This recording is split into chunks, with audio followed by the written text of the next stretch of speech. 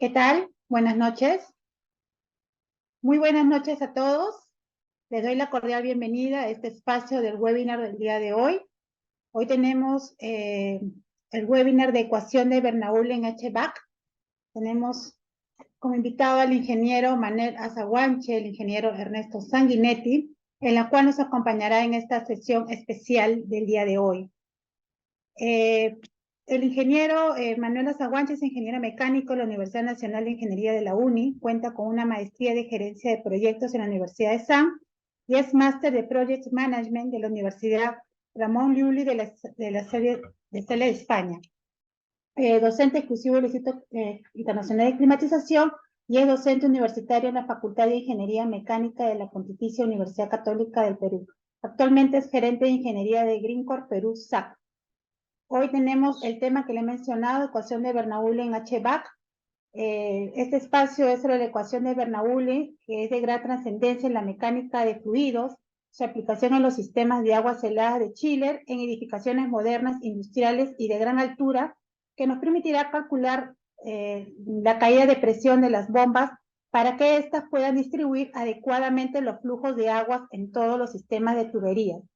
El entendimiento y comprensión para lo que nos dedicamos al HVAC es, es crítico y hoy, Expofrío 2023, a través del ingeniero Manuel, nos ayudará a desarrollar los secretos de esta ecuación y la explicación real de los sistemas hidráulicos de aire acondicionado.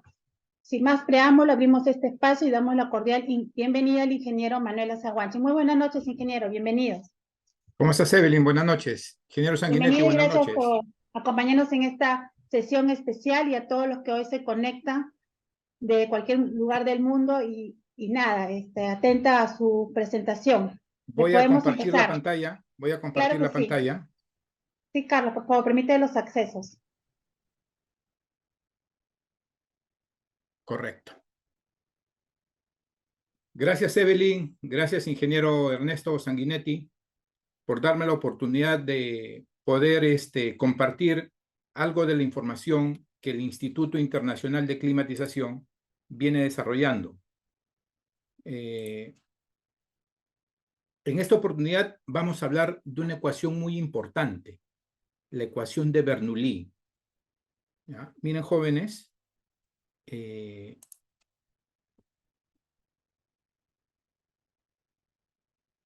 como indicaba Evelyn, la ecuación de Bernoulli es de gran trascendencia en la mecánica de fluidos.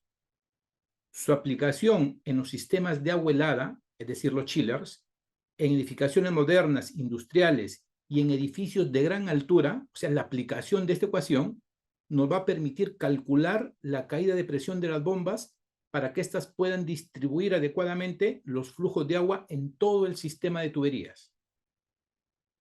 El entendimiento y comprensión para los que nos dedicamos al HVAC es crítico y Expofrío 2023 nos ayudará a desentrañar los secretos de esta ecuación y su aplicación real en los sistemas hidráulicos de aire acondicionado.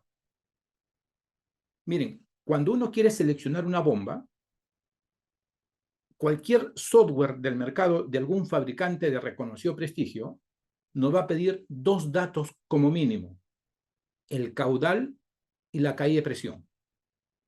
Hagamos un ejercicio rápido.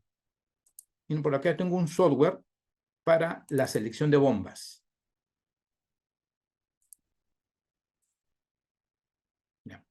Este software es de Bell & Gossett, es uno de los fabricantes de bombas. Y miren qué datos me piden. El caudal. Imaginemos que tenemos un chiller de 200 toneladas. ¿Cuánto de agua necesita ese chiller? Hay un factor muy común en aire acondicionado que es el famoso 2.4. Si es 200 toneladas, multiplico 200 por 2.4 y me da 480 GPM, galones por minuto. Y de pronto también me pide, perdón, la caída de presión. La caída de presión que tiene que vencer esta bomba que va a mover 480 GPM en todo el circuito de tuberías. El software lo pide. ¿Cómo calculo esa caída de presión? Esa caída de presión se calcula aplicando la ecuación de Bernoulli. Imaginemos que nos sale 120 pies. Y yo quiero que la bomba gire a 1750 RPM. Le digo que seleccione la bomba. Y ya me seleccionó la bomba y me da una familia de bombas con una potencia de 25, 30, 40 y hasta 60 HPs. Hay ciertos criterios para elegir la mejor bomba. Pero eso no es el tema de hoy día. Lo que yo quería mostrarles aquí, que cualquier software del mercado me pide esta caída de presión. Y esa caída de presión en los sistemas hidráulicos de agua helada, así sea pequeñito, así sea un edificio de 30 pisos, se calcula con la ecuación de Bernoulli. Vamos a demostrar la ecuación de Bernoulli. ¿Ya? Miren, jóvenes. Pero para demostrar la ecuación de Bernoulli, yo sé que muchos de ustedes ya han pasado por la universidad y muchos son ingenieros que están ya en aplicación. De hecho, que algunos de nosotros ya hemos tenido la oportunidad de llevar alguna matemática superior, física, termodinámica, transferencia de calor. Y los conceptos que ahí hemos aprendido, simplemente los vamos a aplicar a la vida real. Pero previo vamos a hacer un recordatorio de todos estos conceptos de tal manera, de manera rápida, de tal manera que los conceptos claves los vayamos anotando, que eso es lo que nos va a permitir entender cómo se demuestra la ecuación de Bernoulli y la aplicación que tienen los sistemas de agua helada. Todos conocemos las magnitudes. Miren, dicen, cuando una cantidad física se le puede escribir con un número y una unidad, se le llama magnitud escalar. Existen cantidades que para que queden definidas tienen que indicársele un módulo, dirección y sentido. A esas cantidades se le llaman magnitudes vectoriales. Ejemplo, la velocidad, la fuerza, el desplazamiento, son vectores. También hay magnitudes tensoriales. La presión es una magnitud tensorial. ¿Ya? En un tanque, la presión, los puntos que están en un mismo nivel tienen el mismo valor independiente de la forma del tanque, igual con la presión atmosférica, que solo dependen de la altitud. O sea, ustedes imagínense un tanque a 20 metros bajo el agua, todos los puntos en ese plano tienen la misma presión, independiente del nivel de referencia que tome. Eso es una magnitud tensorial. Entonces, miren, magnitudes escalares, vectoriales y tensoriales. Vamos a estudiar un poquito los vectores. No estudiar, recordar. Recuerden que hacíamos suma de vectores, producto escalar, producto vectorial. De esto que ustedes están recordando ahorita, yo sé que ustedes lo han visto, hemos llevado cursos de vectores, cursos de matemáticas superiores, semestres, ¿no? Y ahorita ya ustedes están en otro nivel, pero siempre es bueno recordar.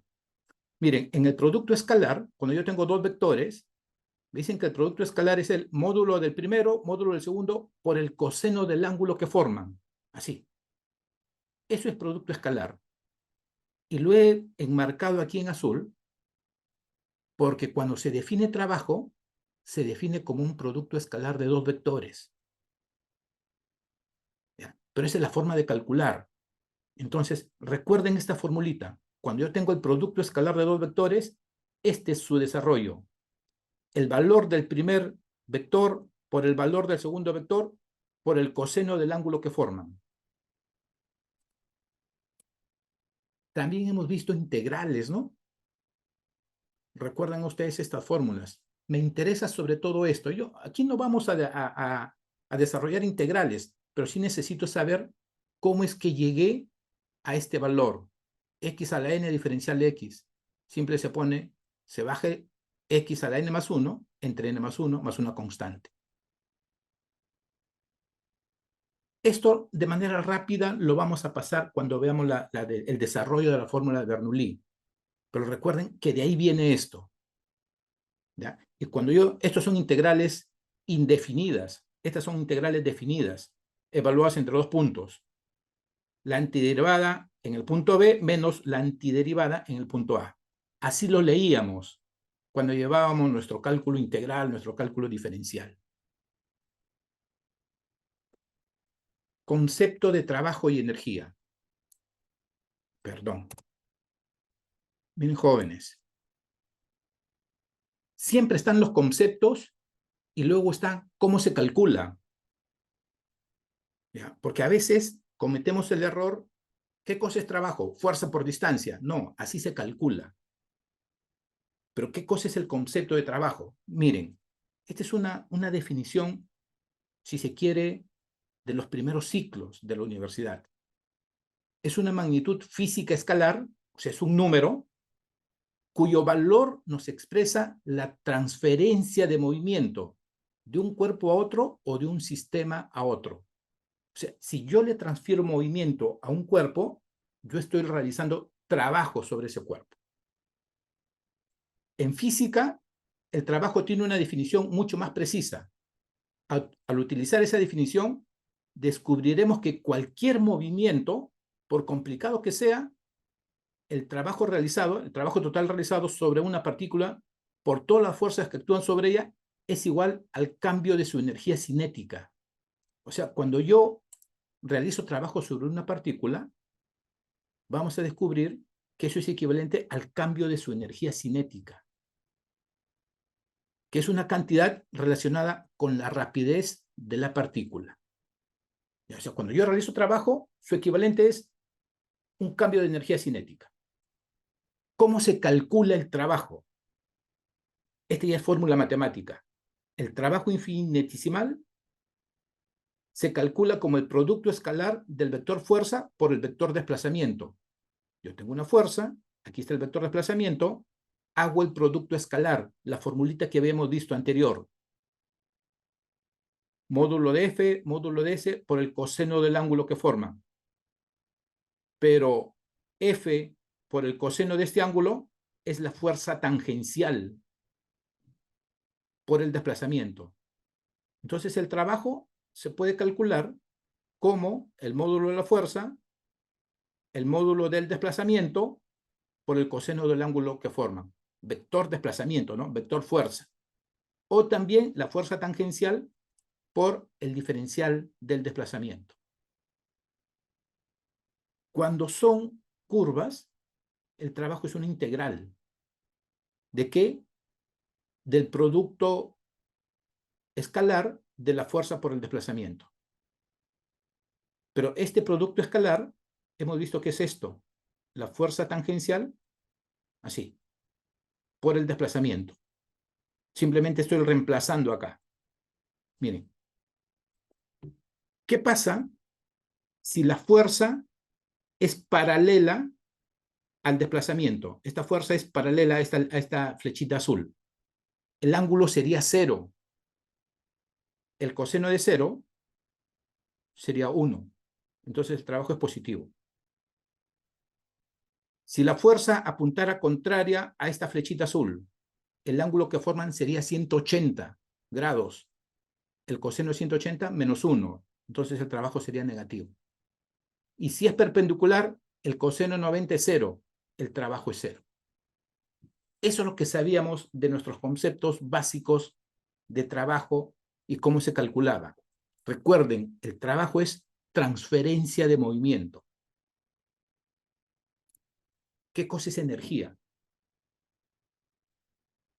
Energía es la capacidad que tiene un cuerpo o sistema para transmitir movimiento, realizar trabajo. De alguna manera va con nuestro sentido común. Si yo soy una persona delgada, un poquito flaquito, tengo poca energía para transmitir movimiento. Pero si voy al gimnasio y soy robusto, tendré más energía para transmitir movimiento o realizar un trabajo. ¿No? El concepto de energía un poco que va con nuestro sentido común. Este concepto aquí, miren, es importantísimo. La energía puede existir en varias formas. Se pueden clasificar en aquellas que se almacenan o aquellas que se transmiten.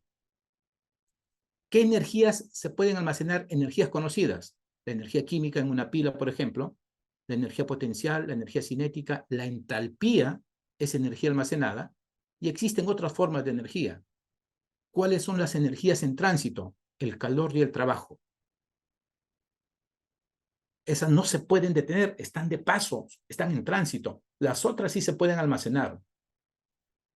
Entonces, acá hemos definido energía potencial y energía cinética. ¿Qué cosa es energía cinética?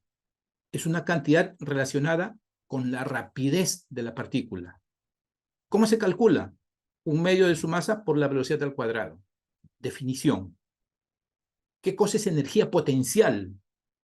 Es una medida del potencial o posibilidad de efectuar trabajo, asociada con el peso y la posición relativa del cuerpo. A ver, miren, energía potencial.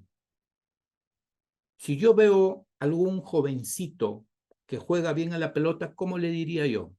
Es un potencial futbolista. O sea, va a desarrollarse.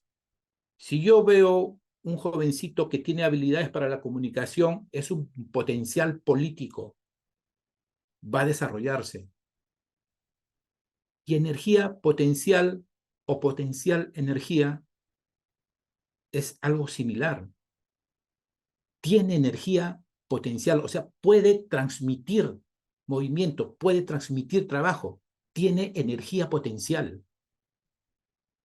¿Ya? ¿Y cómo se calcula? La masa por la gravedad por la altura.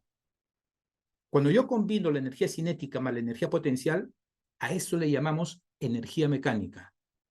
Es la sumatoria de la energía cinética más la energía potencial. Teorema del trabajo y la energía. Miren, jóvenes. Ya hemos visto que el trabajo, se calcula así. El producto escalar del vector fuerza por el vector desplazamiento. Producto escalar del vector fuerza por el vector desplazamiento para ir del punto 1 al punto 2. Ese es el trabajo de 1 a 2. Pero la fuerza también, o eso también lo calculábamos así, como la fuerza tangencial por el desplazamiento. Fuerza tangencial por el desplazamiento. Aquí está, miren.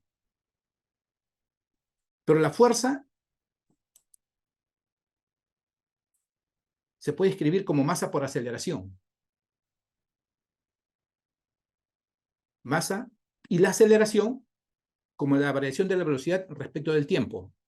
Masa por aceleración diferencial de desplazamiento. Aquí puedo hacer digamos, un intercambio. El D se lo paso acá y me queda así. Masa diferencial de desplazamiento respecto al tiempo por diferencial de velocidad. Pero el diferencial del espacio respecto al tiempo se llama velocidad. Masa por velocidad diferencial de B. Y aquí aplico mi integral.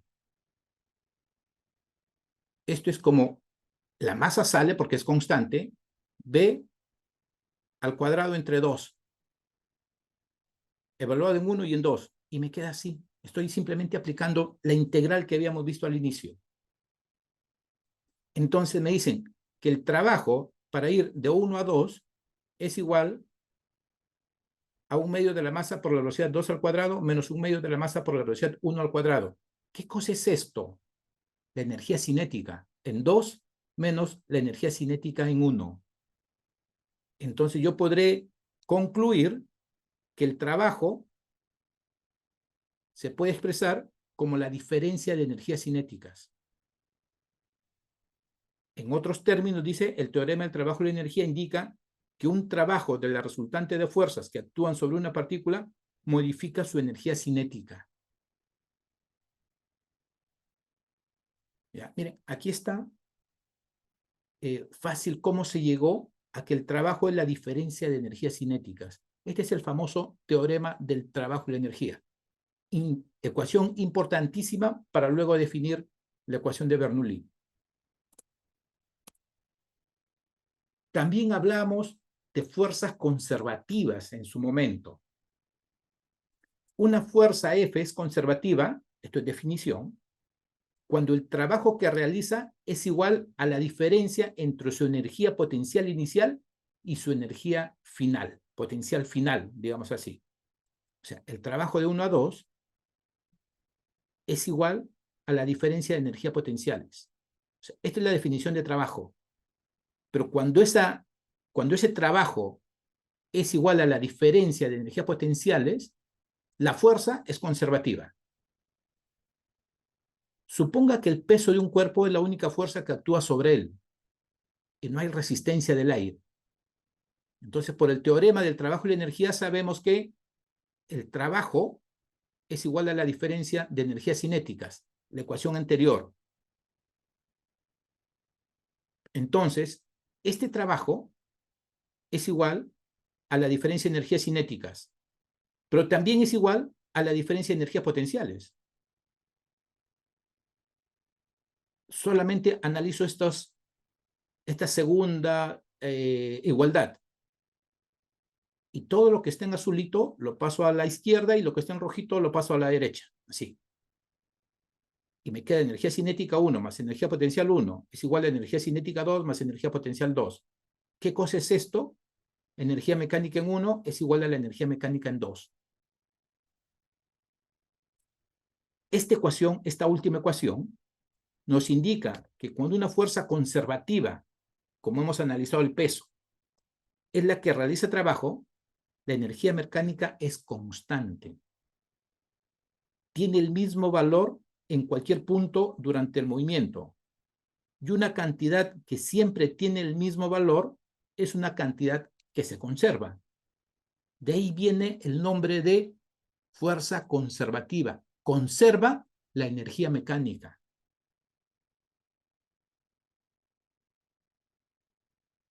¿Nos será un poco difícil entender en su momento qué cosa era una fuerza conservativa? Simplemente conserva la energía mecánica. Si el trabajo de una fuerza conservativa no depende de la trayectoria.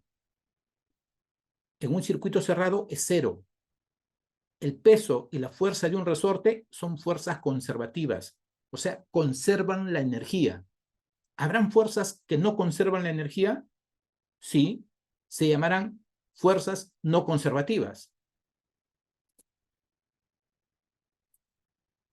Son fuerzas que en una trayectoria cerrada su trabajo es diferente a cero. El rozamiento es una fuerza no conservativa. No conservan la energía. También se le llama fuerzas disipadoras. Concepto simple. Fuerza conservativa conserva la energía. Fuerza no conservativa no conserva la energía, disipa la energía. El rozamiento es un buen ejemplo.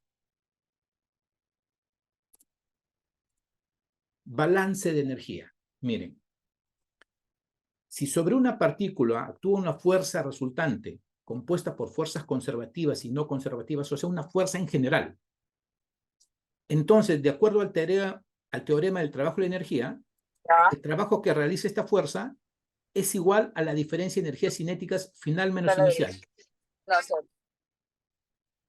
Javier, ¿se activó tu micro? No, entonces miren, el trabajo de una fuerza en general, que puede ser conservativa y fuerza no conservativa, es una resultante, es igual a esto.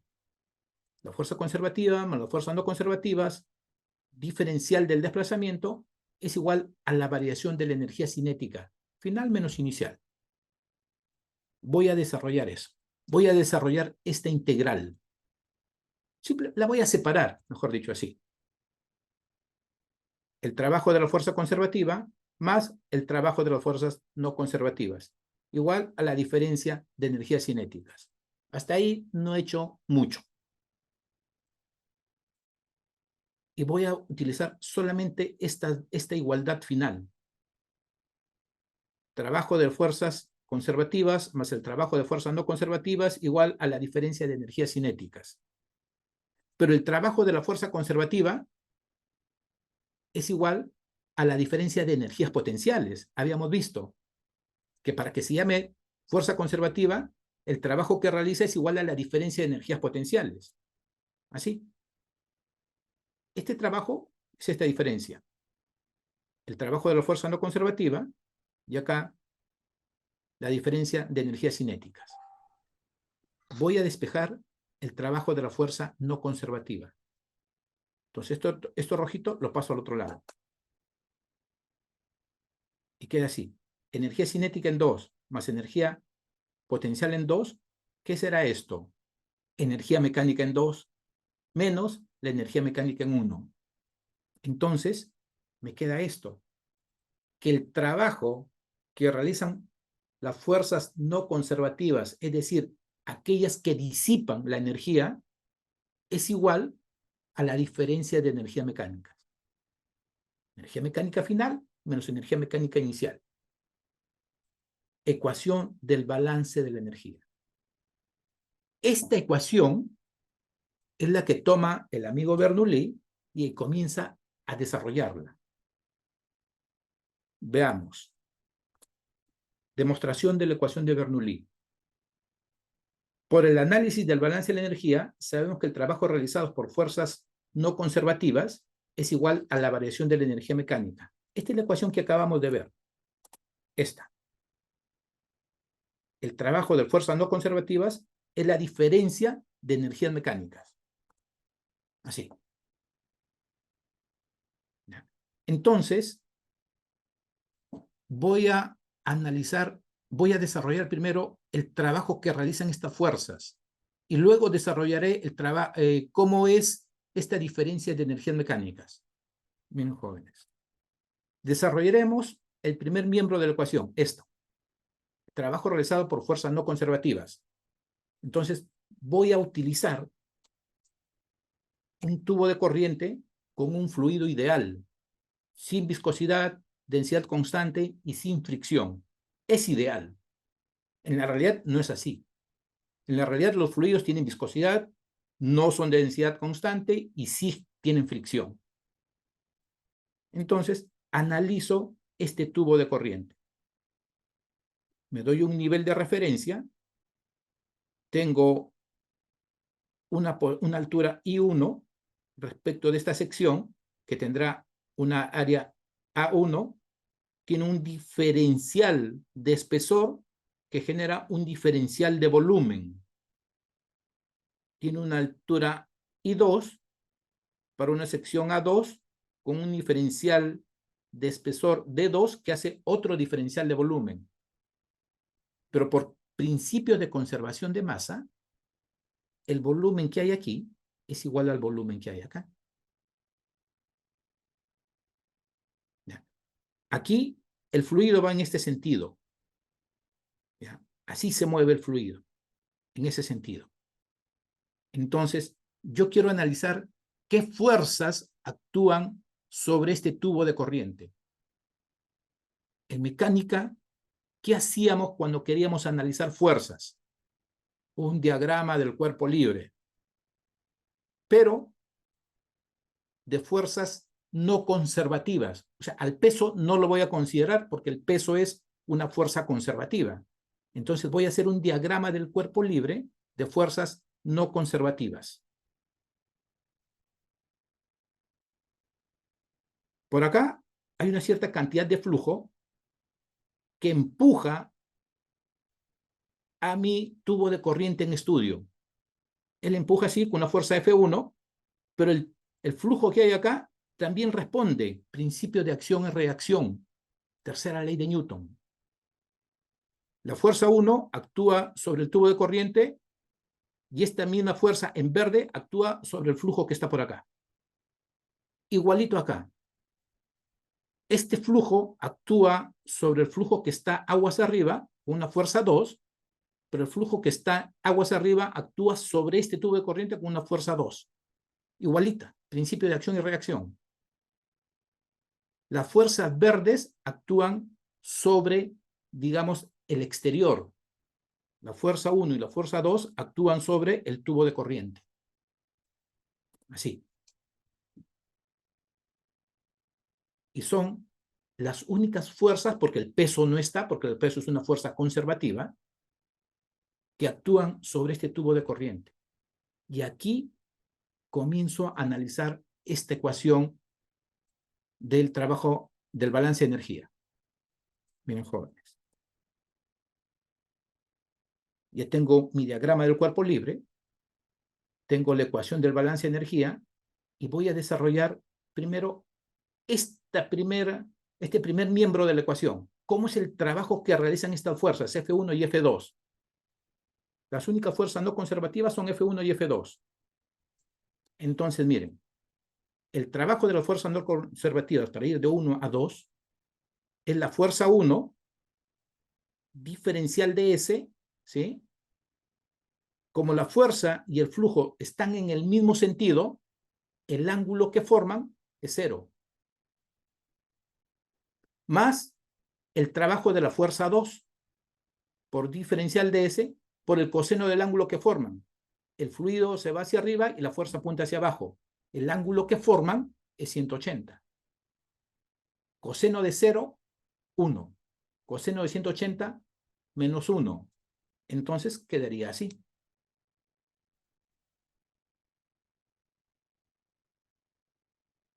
También sé que la presión es fuerza entre área. Entonces yo podría decir que la fuerza es presión por área. Y voy a reescribir esta ecuación. En vez de poner fuerza, voy a poner presión por área. Quiero que se den cuenta que aquí ingresa la presión a la ecuación de Bernoulli. Miren, jóvenes. En vez de poner fuerza 1, pongo presión 1 por área 1, delta de S1. En vez de poner fuerza 2, pongo presión 2 por área 2, delta de S2. ¿Listo? Pero ¿qué cosa es área por delta de S1? Volumen. Área por delta de S2, ¿qué cosa es? Volumen. 2. Así. Pero habíamos dicho que por conservación de masa, esos volúmenes son iguales. Llamémosle un delta de B nada más. Reescribimos la ecuación y queda así. Presión 1 delta de B menos presión 2 delta de B. Factorizo delta de B. Y queda así. Entonces, el trabajo que realizan las fuerzas no conservativas en este tubo de corriente es la presión 1 menos la presión 2 por el diferencial de volumen. Trabajo realizado por las fuerzas no conservativas. Primera ecuación. Ya resolví este primer miembro de la ecuación. Ahora voy a resolver este segundo miembro de acá.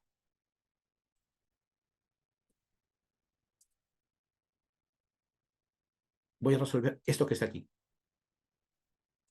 Miren.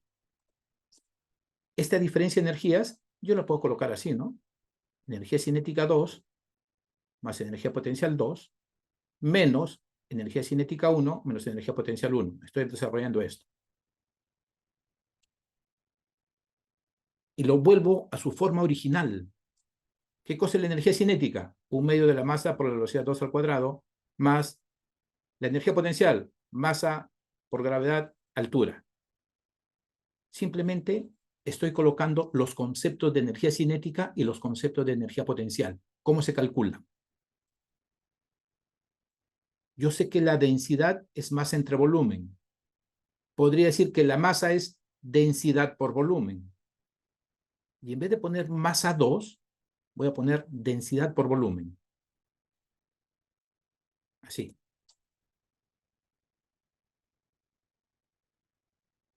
Recuerden que la masa es constante. El flujo de masa es constante. La masa 2, densidad por volumen. La masa 1, densidad por volumen. Masa 1, densidad por volumen. Tengo diferencial de volumen, diferencial de volumen, diferencial de volumen. Simplemente lo factorizo. Y me queda así. Este segundo miembro de la ecuación es igual a esto que está acá, por el diferencial de volumen.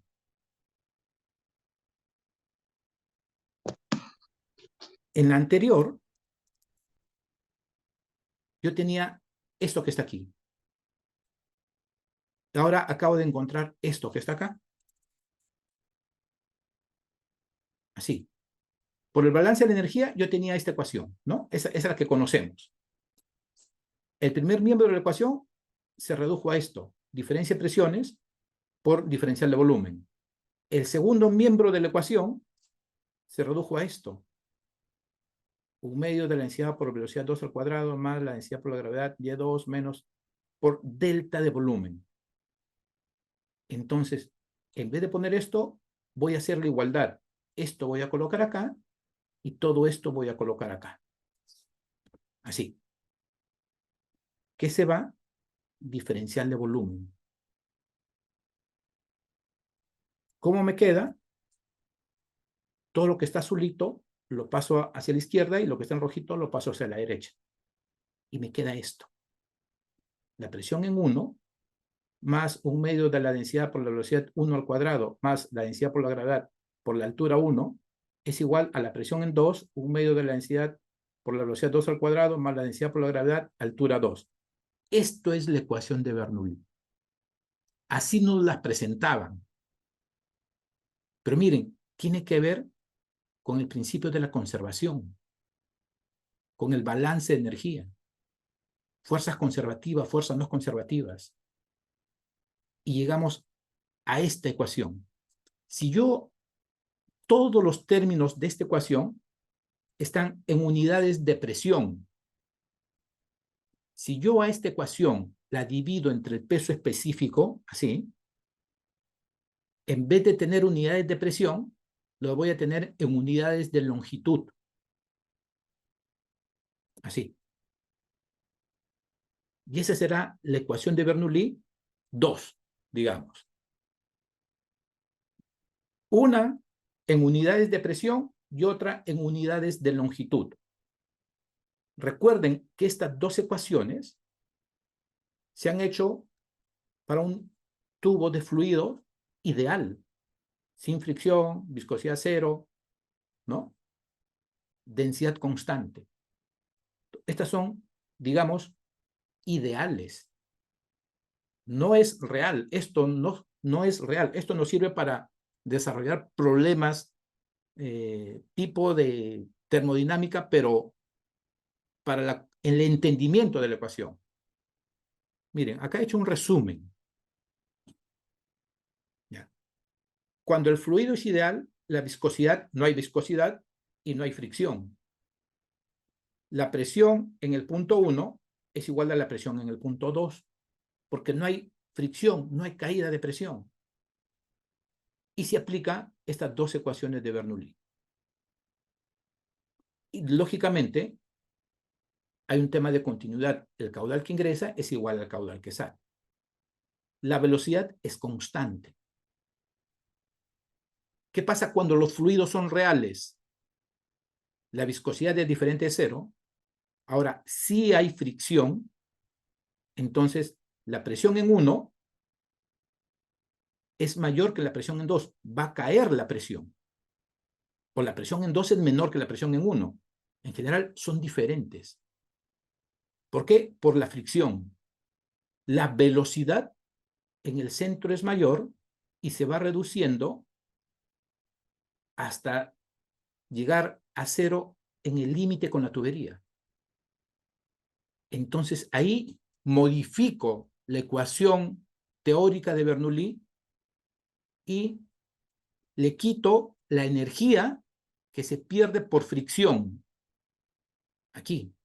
Acá hay una energía que se pierde por fricción. Le aumento, si es que hubiera una bomba, la energía que la bomba le puede transmitir al fluido. Y le quito la energía que una turbina le puede quitar al fluido. Y queda igual en el segundo miembro, así. Entonces, esta es la ecuación modificada de Bernoulli para fluidos reales. Ya veré cómo calculo esta caída de presión. Cómo calculo esta potencia o energía que le da la bomba al fluido, ¿no? Tienen cálculos diferentes. Pero esta es la ecuación real, digamos. Y si lo aplico solamente al sistema de bombeo de agua, no hay turbinas, la ecuación queda así. Esta es la ecuación real para fluidos reales. Esta es la pérdida de fricción y esto es la energía que la bomba le da al fluido. Miren, jóvenes. La ecuación de Bernoulli sabemos que se deduce de la ley de la conservación de la energía mecánica. Y es esta, ¿no? Así. En un sistema de agua helada, ya la estamos aplicando a un sistema de agua helada, para aire acondicionado, el circuito hidráulico es cerrado y hermético. Yo tengo mi chiller, tengo la carga, el edificio, mando agua helada, la carga térmica calienta el agua, retorna el agua caliente, pasa por la bomba y entra al chiller. Es un circuito cerrado y hermético. ¿Qué pasa si a este circuito cerrado y hermético yo le aplico la ecuación de Bernoulli? En cualquier punto que yo tome aquí, hay un punto inicial y un punto final. En este caso, cuando el circuito es cerrado, esos puntos coinciden, están en el mismo sitio. Por lo tanto, la presión 1 es igual a la presión 2. La velocidad 1 es igual a la velocidad 2. Y la altura 1 es igual a la altura 2. Me queda que la altura de la bomba o la energía que la bomba da al fluido es equivalente a las pérdidas por fricción. O sea, en un circuito cerrado, como es los sistemas de agua helada, la pérdida o, digamos, la altura que tiene que dar la bomba es equivalente a las pérdidas por fricción en ese circuito. Estas pérdidas por fricción son pérdidas primarias más pérdidas secundarias. ¿Qué cosas son las pérdidas primarias? Son las pérdidas que se dan en las tuberías totalmente rectas, lineales, sin ninguna obstrucción, válvula o accesorio. ¿Qué cosas son las pérdidas secundarias? Son las que se dan en codos, reducciones, test, válvulas, equipos, todo lo que se oponga al fluido. Son pérdidas secundarias. Entonces, en ese circuito, yo calculo las pérdidas primarias, calculo las pérdidas secundarias, sumo esas pérdidas y esa es la altura de la bomba.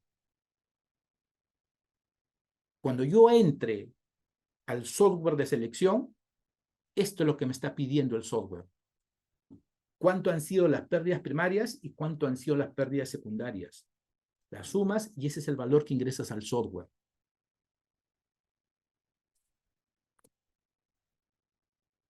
Cuando yo quiero calcular la potencia de una bomba, se calcula así: peso específico del agua, el caudal de la bomba, la altura de la bomba. Esta de aquí. Esta. Que es las pérdidas primarias más las pérdidas secundarias. Si se dan cuenta, cuando yo entro al software, me pide el caudal y me pide el H de la bomba. Peso específico del agua es constante. La eficiencia de la bomba lo sabe el fabricante. Esta es una constante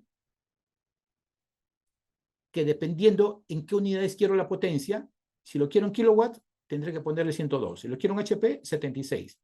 En caballo de vapor, 75. Y esta es la eficiencia. Estos son valores relativos. Eso tendría que darlo el fabricante mismo. Pero esta altura de la bomba, miren, aquí habíamos visto que es un circuito cerrado. Ustedes se imaginan un edificio de 30 pisos. ¿Cuál será ese circuito cerrado? Tiene un enmarañado de tubos, cual venas del cuerpo humano. Ese circuito cerrado se llama ruta crítica, que es la ruta de mayor caída de presión. ¿Ya? Entonces, para yo, el software, tú le vas a pedir una bomba, le das caudal y caída de presión. Él te selecciona la bomba y te da la potencia. Para eso requiere esta altura. Yo no puedo decir, miren, para que una bomba quede perfectamente definida, tengo que darle caudal y caída de presión. Yo no puedo decir, es una bomba de 20 HPs. Eso es una familia de bombas. No queda definido. Yo tengo que dar caudal y caída de presión. Siempre. ¿ya? Pero recuerden que esta caída de presión es en la ruta crítica. ¿Y qué cosa es la ruta crítica? La ruta crítica en un sistema de tuberías es la ruta o camino de mayor caída de presión. Y esta presión o altura es la que sirve para calcular la potencia de la bomba. Miren, hay software especializados en diseño de tuberías, donde ustedes le ponen el chiller y todos los accesorios que va a tener la sala de máquinas, sus bombas primarias, bombas secundarias, y le dicen, ponen por acá las cargas. Por ejemplo, estos son 1.200.000, son 100 toneladas, aquí. 200, 1, 2, 3, 4, 5, 6. 400 toneladas hay aquí. ¿No? Entonces, estas son las cargas, las supuestas oficinas. Y yo al software le digo, calcúlame la ruta crítica. Y él me va a calcular la ruta de mayor caída de presión. ¿Qué está haciendo? Aplicando Bernoulli, calculando las pérdidas primarias y las pérdidas secundarias de todos los circuitos, y va a coger el mayor. Esa se llama ruta crítica. Pero para llegar a esa conclusión, el software tiene que saber Bernoulli. Saber que la caída de presión de la ruta crítica es la suma de las pérdidas primarias y secundarias y que sirve para calcular la potencia de la bomba. Miren, jóvenes. Por acá hay un software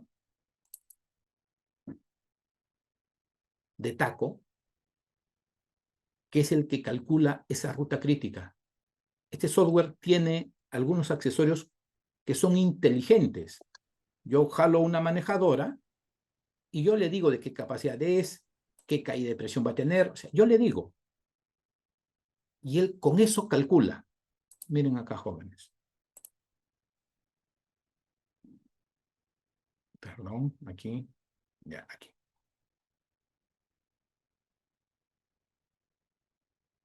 Aquí está nuestro chiller. Las cargas, ¿sí? Bombas primarias, bombas secundarias. O sea, hay que armar el circuito. Y armar el circuito es muy sencillo. Simplemente hay que colocar los accesorios y unirlos con estas flechitas. Se arma el circuito. ¿Ya? Por acá tengo la forma de calcular, o F9. Ahí ya calculó. Ya le dio diámetros a las tuberías, ya le dio la capacidad del chiller, ya le dio la caída de presión a las bombas, ¿no? Y, por ejemplo, este señor tiene una caída de presión de 25 pies. Esta oficina. Este de acá tiene 25 pies. Este señor tiene 25 pies. Todos tienen 25, parece. No, este tiene 50. Vamos a ponerle 25 también. Este señor tiene 25 y este señor tiene 25. Todos tienen 25. Digo que calcule. Entonces, quiero averiguarme yo cuál es la ruta crítica, la ruta de mayor caída de presión. Me paro sobre la bomba, clic derecho y le digo que me muestre los equipos asociados.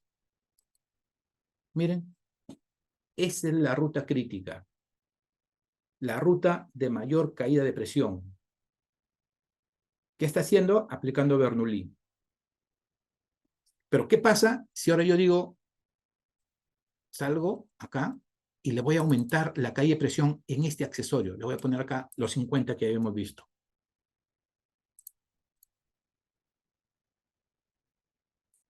Le digo que calcule. ¿Ya? Y ahora le digo, ¿cuál es la ruta crítica? Show Associated Equipment.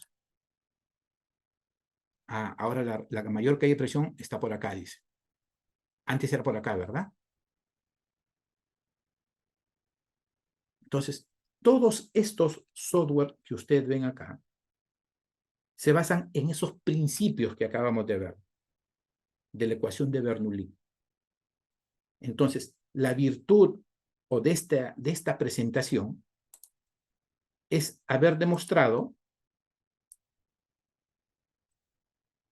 que la caída de presión que tiene que vencer una bomba para transportar el fluido adecuadamente en todo el sistema de tuberías equivale a las pérdidas de presión, pérdidas primarias más pérdidas secundarias en la ruta crítica, la ruta de mayor caída de presión.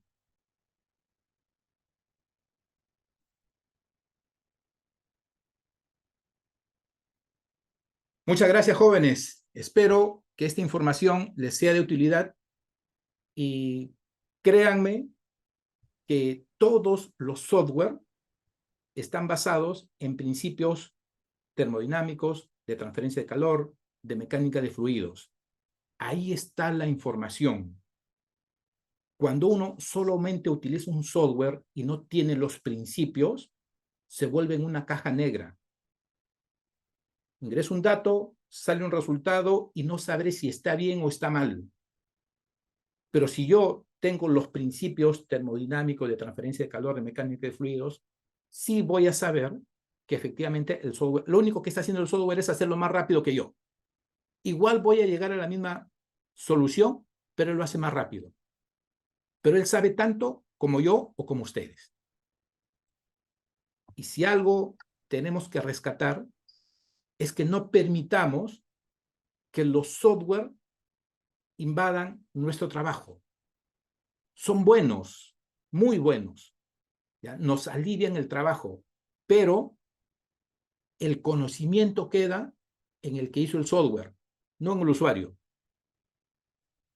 Entonces, luchemos, hagamos el esfuerzo por siempre comprender los principios. Eso sería el mensaje final. Muchas gracias, jóvenes. Muchas gracias, ingeniero Manuel, por este gran espacio y una excelente presentación. Leo por interno muchas felicidades y algunas consultas. Invito a todos los participantes que nos acompañan el día de hoy a aperturar sus micros. Si tienen alguna pregunta, que el ingeniero Manuel gustosamente estará feliz de atenderlo. Y de ahí luego invitaremos al ingeniero Ernesto Sanguinetti, que continuará con este espacio de webinar. ¿Alguna consulta, por favor? ¿Pueden abrir sus micros? ¿La escuchamos? Sí. Hola, buenas noches. ¿Cómo están? ¿Cómo está, Luis? ¿Cómo La estás? escuchamos. Bien, bien, gracias. Gracias, Manuel, por tu presentación. Excelente, como siempre. Es un gran aporte. Ven, yo no manejo el software de Taco. Sí lo manejan algunos nuestros ingenieros, pero pues yo les he pedido algo y es saber si podemos balancear la caída de presión en todas las rutas para balancear estáticamente el sistema. ¿Tú sabes si él lo puede hacer? Porque lo único que nos entrega es la ruta crítica, pero podríamos revisar la caída de presión en cada uno de los sistemas. No, solamente nos da la ruta crítica, pero hay otros software que sí se encargan de hacer ese balanceo dinámico que indicas y que nos permiten en algún momento disminuir los diámetros de las tuberías a efecto de tener aproximadamente la igualdad en caídas de presión, ¿no? Pero sí hay ese tipo de software. Ah, ok, pero este de Taco no lo hace, ¿cierto? No, simplemente dimensiona tuberías en base a los principios que conocemos, velocidad, caída de presión y inclusive no lo verifica con ASHRAE 90.1 en función al número de horas de funcionamiento, el caudal máximo y si es un sistema constante o sistema de volumen variable. No llega a ese nivel.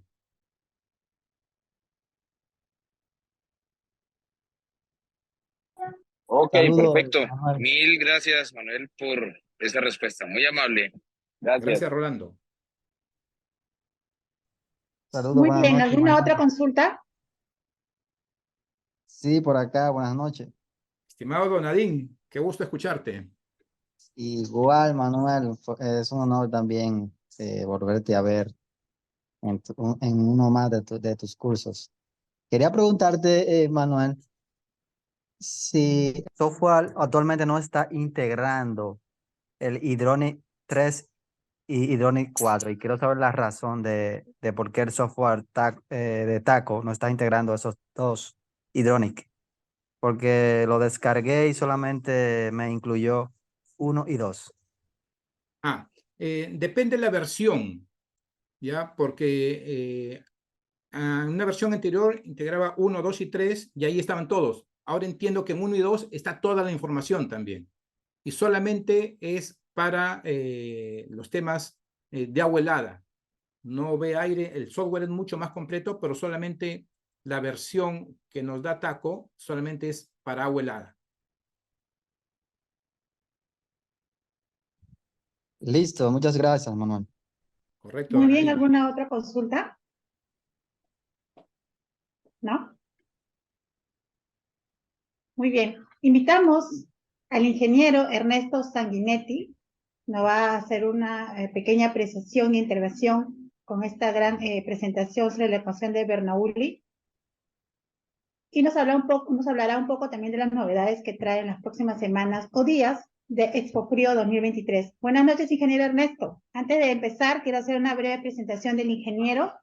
Es ingeniero mecánico electricista egresado de la Universidad Nacional de Ingeniería, la UNI, colegiado en el Colegio de Ingeniería del Perú, miembro del American Social Headlist de Refrigeration Foundation Engineers y ARRAE, es catedrático de la UNI y otras universidades nacionales y particulares, es profesor de la Escuela Naval del Perú y de la Escuela de Marina Mercante del Instituto Científico Tecnológico del Ejército, ingeniero de diseño y proyectos de sistemas de refrigeración y acondicionador de aire y autor de diferentes libros sobre refrigeración, aire acondicionado, autor de artículos técnicos que se publican en diversas revistas del Perú y del extranjero del sector, y su ocupación actual es gerente de división de ingeniería de la empresa Col Import, miembro del directorio del organismo de certificación de personas de CCP y de CIP del Colegio General Perú, ingeniero, asesor y consultor de empresas públicas y privadas y conferencista nacional e internacional sobre temas relacionados con la especialidad del HVAC. Bienvenido, ingeniero Ernesto Sanguinetti. Podemos empezar. Gracias por la presentación y en primer lugar felicitar a Manuel por tan brillante exposición. Ya me alivió más del 80% de lo que yo iba a hablar, así que le agradezco el doble. Lo más rescatable es lo último que acabas de decir. No nos acostumbremos a usar el software, en cualquiera de los software de todas las aplicaciones que conocemos, a ciegas.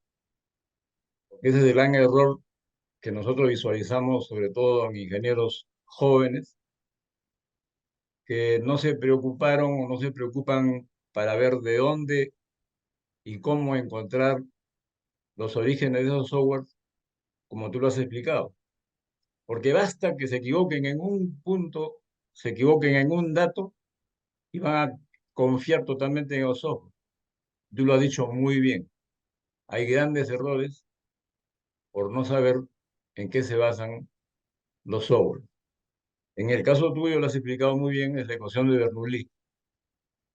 Y me has hecho acordar, en mis épocas que yo enseñaba mecánica de fluidos, que ya son más de 30 años que no estoy en la universidad, ya no enseño en la universidad. Por eso me ha gustado mucho tu explicación, porque así debe hacerse, porque a los alumnos debe de grabársele todas estas ecuaciones y cuándo se usan en la práctica. Como por ejemplo, tú has hablado de pérdidas primarias y pérdidas secundarias. Nosotros a mano, no sé si tú también lograste eso, a mano hacíamos los cálculos y nos guiábamos justamente en los catálogos de los fabricantes de tuberías y de los fabricantes de codos, válvulas, etcétera, para saber cuáles eran sus coeficientes de pérdida, cuáles eran sus Ks, que para calcular las pérdidas por B cuadrado entre 2G, y todo eso se hacía a mano. Por lo tanto, cuando yo uso un software ahora, en la memoria, como tú también lo tienes seguramente, estoy aplicando la ecuación de Bernoulli. Y me voy dando cuenta si he fallado en meter algún dato o no. Y en la optimización que acabas de hablar, yo sé si me he acercado mucho o me he alejado por algún dato mal puesto.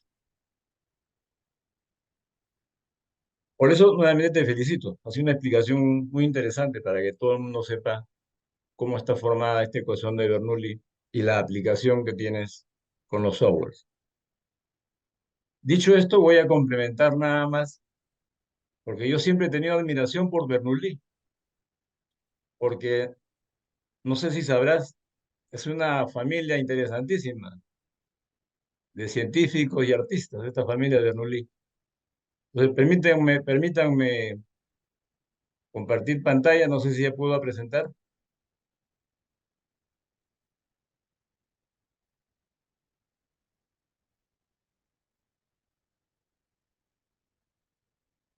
Fíjense, quien, quien creó, digamos así, esta ecuación es Daniel Bernoulli. La historia es bien interesante, lo voy a hacer muy rápido, pero es una historia muy interesante. Es una familia. Históricamente, fíjense, la familia Bernoulli era de Amberes, pero Amberes en aquella época pertenecía a los Países Bajos españoles. En otras palabras, Holanda, Luxemburgo, lo que es Bélgica ahora, pertenecían a España. Y este dominio duró varios años, que lo ven de 1555 a 1714. Y hubo una guerra de independencia de esos países que duró como 80 años. Eso se llama históricamente la guerra de los 80 años. Esa familia de Bernoulli se escapó porque había persecución de los hugonotes, los protestantes.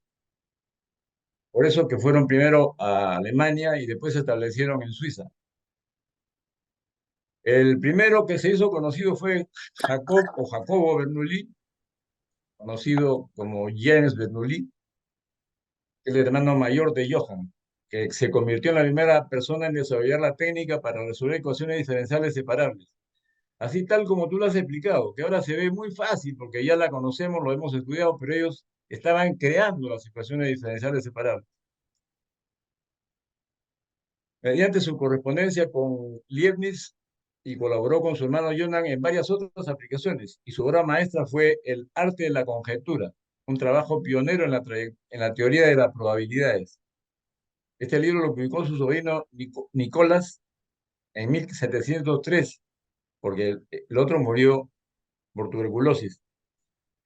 Los ensayos de Bernoulli, los números de Bernoulli son resultado de estos trabajos. Y gracias a estos trabajos que han quedado en la historia de la ciencia, un cráter de la Luna ha sido bautizado como cráter de Bernoulli, en honor suyo y de su hermano que lo ayudó. Fíjense toda la trascendencia que tiene, ¿no? Todos los científicos sí están al tanto de todo esto. Pero yo, a raíz de haber analizado la historia de Bernoulli, recién me he enterado que por eso se llamaba cráter Bernoulli. No había sido por el que de la ecuación, había sido por sus hermanos. Por fin aparece Daniel, que vive de 1700 a 1782. Y ese es el más famoso porque tú lo has hecho más famoso todavía al explicar su ecuación. Él nació en Groningen el 8 de febrero de 1700. 5 años vivió en esta ciudad. Su padre trabajaba como catedrático, matemático y físico. Y fíjense, también, además de científico, se doctoró en medicina, con una tesis sobre la respiración. O sea, era un multifacético este hombre. En 1724, la Catalina de Rusia le propuso junto a su hermano Nicolás para que impulsen la recién fundada Academia de Ciencias de San Petersburgo. Se instalaron un año después en esta ciudad, donde Nicolás trabajaría como profesor de mecánica y Daniel como profesor de fisiología, multifacético como el Sol. Su hermano falleció lamentablemente al poco tiempo. Daniel perteneció a la academia donde fundó una escuela rusa de fisiología mecánico-matemática, la que invitó a su amigo y compañero de estudios en Basilea, Leonard Euler, tan conocido por nosotros por la mecánica de fluidos. Esta dupleta ha hecho bastante, porque inclusive Euler lo ayudó a hacer esta ecuación. En San Petersburgo participó en los cálculos necesarios para la construcción de más de 80 fuentes estanques y un acueducto en el Palacio de Verano, Residencia de los Ares. Eso está en San Petersburgo. Ahí empezó su fama por desarrollar la teoría de la mecánica de fluidos. O sea, era medicina, fisiología y entró a la mecánica de fluidos. En su vertiente de investigador médico, ojo, esto es interesante, desarrolló un resultado fundamental. Hasta aquella época, lo habitual era dejar sangrar a los enfermos como remedio para casi todo. Eso le llamaban la purga, deben haber escuchado ustedes. Los purgaban, pero sacándole sangre, que chorreaba sangre, porque entendían que la sangre, había presión en el cuerpo, la única forma de bajar la presión en el cuerpo, bajar la fiebre, era desangrando. Los sangrados se basaban en las investigaciones de Sócrates, siglo V a.C., que había descubierto que los procesos inflamatorios se debían a acumulaciones de sangre y que tan solo había que disminuir la cantidad de sangre en el cuerpo para curar al paciente. Miren esa teoría que había, ¿no? El método se hizo tanto popular que se convirtió en técnica para tratar casi cualquier enfermedad. Pobre gente de aquella época, ¿no? El problema era que ningún médico sabía dónde llegar. El ojo clínico era la única herramienta para parar a tiempo el drenaje del fluido. Pues lo sangraban y ya cuando más o menos veían que estaba con poca fiebre o menos presión sanguínea al tacto, ahí lo dejaban, ya paraban. Y Aristóteles como Hipócrates habían otorgado al corazón la responsabilidad de producir calor para el cuerpo. Ellos ya lo habían analizado. Pero tuvieron que pasar 23 siglos para que William Hartley afirmara que el corazón es como una bomba, comprobado, tú lo dijiste. El cuerpo humano es una bomba con unas ramificaciones de tuberías y pérdidas primarias y secundarias a través de nuestro cuerpo. Y nuestros vasos sanguíneos constituían dicha red. El único método para conocer la presión de un fluido lo descubrió Marriott y consistía en dejar que un líquido saliera libremente por la tubería para que golpeara contra un balancín vertical en una pesa en el otro extremo. O sea, un chorro de sangre golpeaba un balancín y ya sabían, fuerza igual, presión igual fuerza entre área. Hasta que llegó Bernoulli, con su experiencia en la teoría de los fluidos, y pensó que si la presión era la misma en todas las direcciones, daba igual seccionar el conducto y cualquier vena o arteria la pinchaban en un solo punto y no hacía que lo desangraran por varios sitios. Y de esta forma un pequeño chorro emanaba verticalmente llegando a una altura determinada. Entonces él ya sabía qué presión tenía el individuo y a través de ese tubito le descargaba toda la presión del cuerpo. Era como una chimenea de compensación. Ahora conocemos la chimenea de compensación en todos los sistemas hidráulicos, sobre todo en los centrales hidráulicos y hidroeléctricos. Cuando se cierra una válvula, la presión sube y para que no se rompan las tuberías se pone una chimenea de compensación. Bueno, él puso una chimenea de compensación en el cuerpo de las personas y por mucho tiempo se utilizó de esa manera para que en lugar de que el hombre se desangrara, por ahí nomás había una disminución de presión. En otras palabras, ya estaba dibujando el gráfico que tú hiciste para medir la presión estática y la presión dinámica en los fluidos. Se le ocurrió poner un pequeño capilar de vidrio en lugar de un pinchazo, el líquido subía a una altura proporcional a la presión, pero sin que se derramara el chorro constante. Entonces ya estaba curando a la persona, pero sin quitarle tanta sangre como desangrándose. Pronto los médicos de Europa adoptaron esta técnica de dejar sangrar al paciente. Pero esto ya sabemos que fue reemplazado ya por los tensiómetros modernos que hasta ahora conocemos. Entonces ya podemos medir las presiones y dar medicinas para evitar que el paciente tenga elevadas presiones, eleve fiebre, etc. Dicho esto, como anécdota que encontré al ver la historia de esta familia, pues fue una familia de científicos notables, ¿no? Ahí veo y he mostrado la relación de estos miembros de la familia Bernoulli. Ahí está su raíz troncal. Jacob Bernoulli, conocido como James o James I, matemático que dio nombre a los nuevos Bernoulli. Nicolaus, pintor y regidor de Basilea. Johann, conocido como Jan I, matemático suizo, que adoptó en forma temporal el cálculo infinitesimal. Nicolás I, matemático suizo. Nicolás II, matemático suizo, investigó las curvas, las ecuaciones diferenciales y la probabilidad. Aparece Daniel, del cual estamos hablando ahora, desarrolló el principio de Bernoulli. Johann II, también conocido como Jean II, matemático y físico suizo, famoso también. Johann III, conocido como Jean III, geógrafo, astrónomo y matemático germano-suizo. Y Jacob Bernoulli, conocido como Jacques II, físico y matemático suizo. Fíjense, es algo frondoso de esta familia, ¿no? No se ha escapado casi ninguno, todos han logrado fama hasta ya Jacob II. Ahí no sé qué pasó.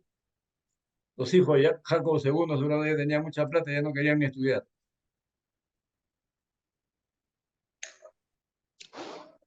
Y con esto ya me quitas, me alivias todo, porque iba a explicar un poco de los que has explicado, pero ya me aliviaste todo porque la ecuación de Bernoulli fue expuesta por él en 1738 en su obra que se llamó Hidrodinámica, escrita por él. Y nada más la muestro ahí sin dar mayores explicaciones, porque tú ya la has explicado notablemente y esto es una ecuación para fluidos totalmente ideales, que falta agregarle todavía, con la forma que has explicado, todo lo que las pérdidas de presión hay que considerarlas al hacer la igualdad de ecuaciones para calcular las pérdidas. Bueno, con esto nada más quería complementar lo que tú has dicho y felicitarte nuevamente. Ha sido muy brillante lo que has explicado. Y voy a pasar ahora, con el permiso de ustedes, a hablarles un poco y muy brevemente sobre el Expo Frío que nos viene muy pronto. Esta 14 Feria y Congreso de Expo Frío se va a realizar del 20 al 21 de octubre. Se va a realizar en el Club Social Miraflores, que queda frente al Larcomar.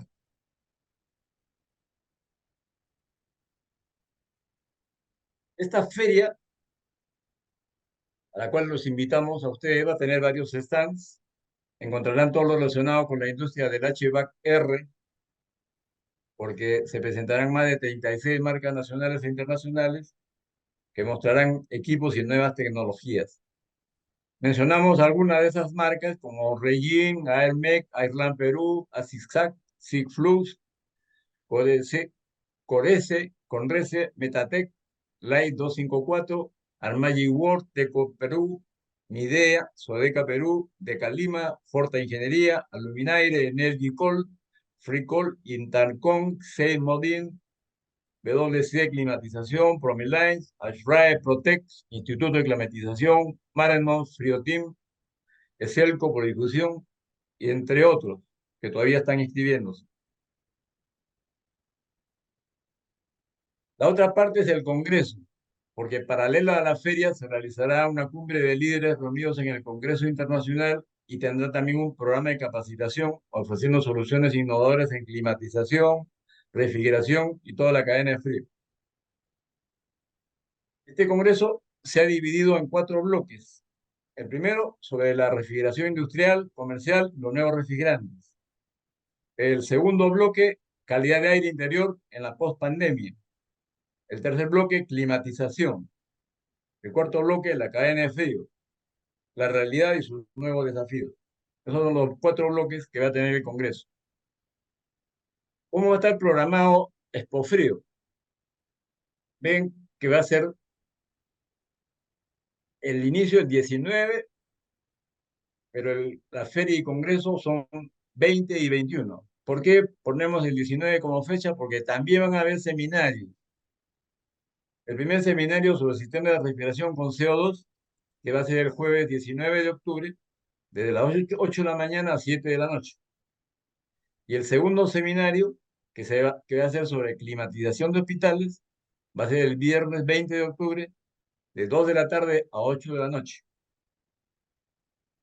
La feria como tal será el 20 y 21, que se abre a las 8 de la mañana y cierra a las 8 de la noche. También habrán charlas dadas por las diferentes empresas haciendo propaganda sobre sus productos. Igualmente ocurrirá el 21, esta feria, que se abre a las 8:30 de la mañana hasta las 8 de la noche, y habrán charlas también y algunos sorteos por las empresas expositoras. El Congreso en sí, que antes dije que tenía 4 bloques, se va a reiniciar a las 8 de la mañana hasta las 8 de la noche el día 20 de octubre. En su intervalo habrán coffee breaks y habrá un almuerzo. El sábado 21, de igual de las 8 de la mañana hasta las 7 de la noche, con intervalos para coffee breaks y un almuerzo. Estos 2 días son los días centrales, 20 y 21. Vendrán expositores y gente muy importante de diferentes países. Muestro ahí quiénes van a ser los expositores por bloques. Habrá el bloque 1, se hablará del panorama de la industria del aire acondicionado y su futuro por el ingeniero Pedro Temoche de Perú, sistemas de CO2 transcríticos con altos coeficientes de performance para supermercados, ingeniero Jaro Guanino, peruano, criterios para dirección y selección de sistemas de refrigeración con CO2, chileno, el ingeniero Carlos Castillo, tecnología en refrigeración comercial y la industria con R290, R717, 744, con el ingeniero Germán Gil, de España. En el bloque 2, importancia de seleccionar los filtros en la HVAC, con estándares europeos y americanos, por el ingeniero Jorge Cuadros Blas, peruano. Desinfección de serpentinas y flujos del sistema de aire en HVAC, Wilfredo Caldas, peruano. Evaluación de la calidad del aire en las salas limpias y ambientes controlados, Julio César Nequis. Energía en edificios, perspectivas de la climatización para el siglo XXI, el ingeniero Fabio Clavijo, todos lo conocemos. La ley de aire interior en hospitales y laboratorios farmacéuticos y sus diseños, el ingeniero Celso Tapia, también lo conocemos, chileno.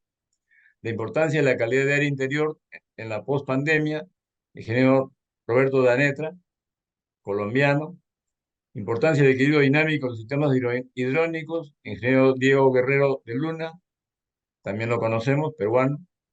Aplicación de la tecnología BIM en los sistemas de climatización, el ingeniero Alfredo Escárate, peruano. El trato de los ingenieros técnicos, que va a estar a cargo mío, ingeniero Ernesto Sanguinetti. Eficiencia energética en el sistema de climatización, ingeniero José Carlos Caparó, peruano. Introducción y beneficio de la inteligencia artificial y aplicada al sistema de aire acondicionado, Aníbal Treyes, también peruano.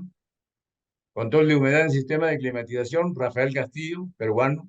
Climatización de salas críticas, salas data centers, Fernando Yaque, peruano.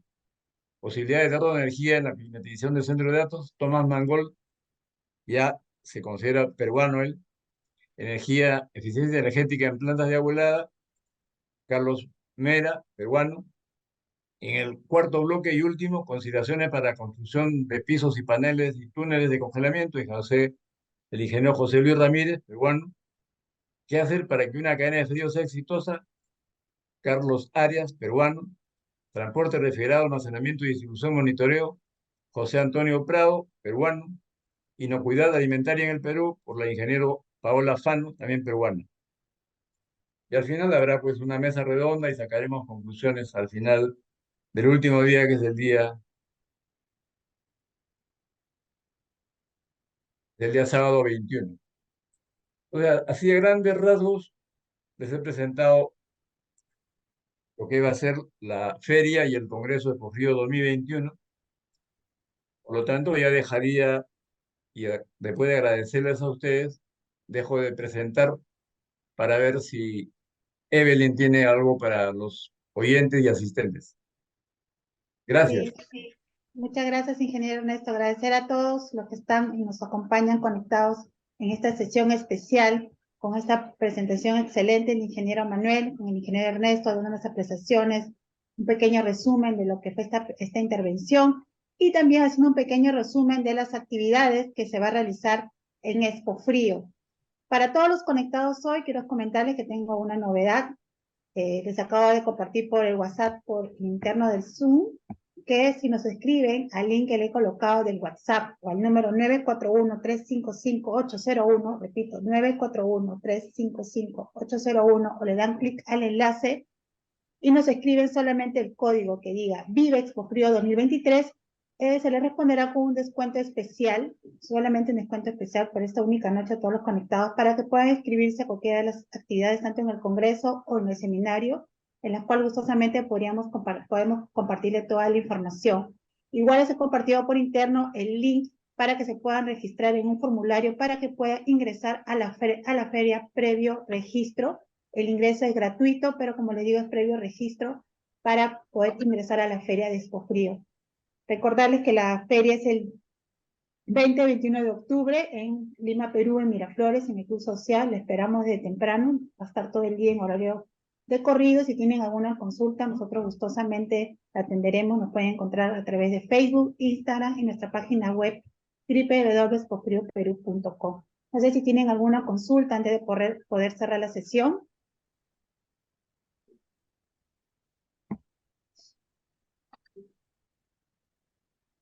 Bueno, ahí les dejo anclado la información y el link, que justamente lo podemos atender.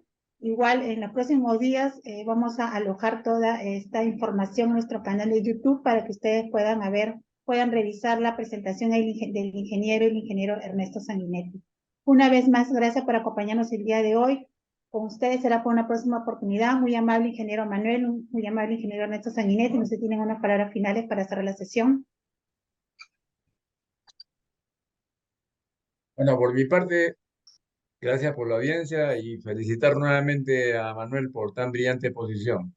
Ya nos veremos en Expofrío. Buenas noches y gracias por la audiencia. Sí, muchas gracias. Muchas gracias, ingeniero Ernesto. Muchas gracias, ingeniero Manuel. Para nosotros será una próxima oportunidad. Muy amable. Gracias, Buenas hasta noches. luego. Muchas Buenas gracias, noches. Hasta jóvenes. luego.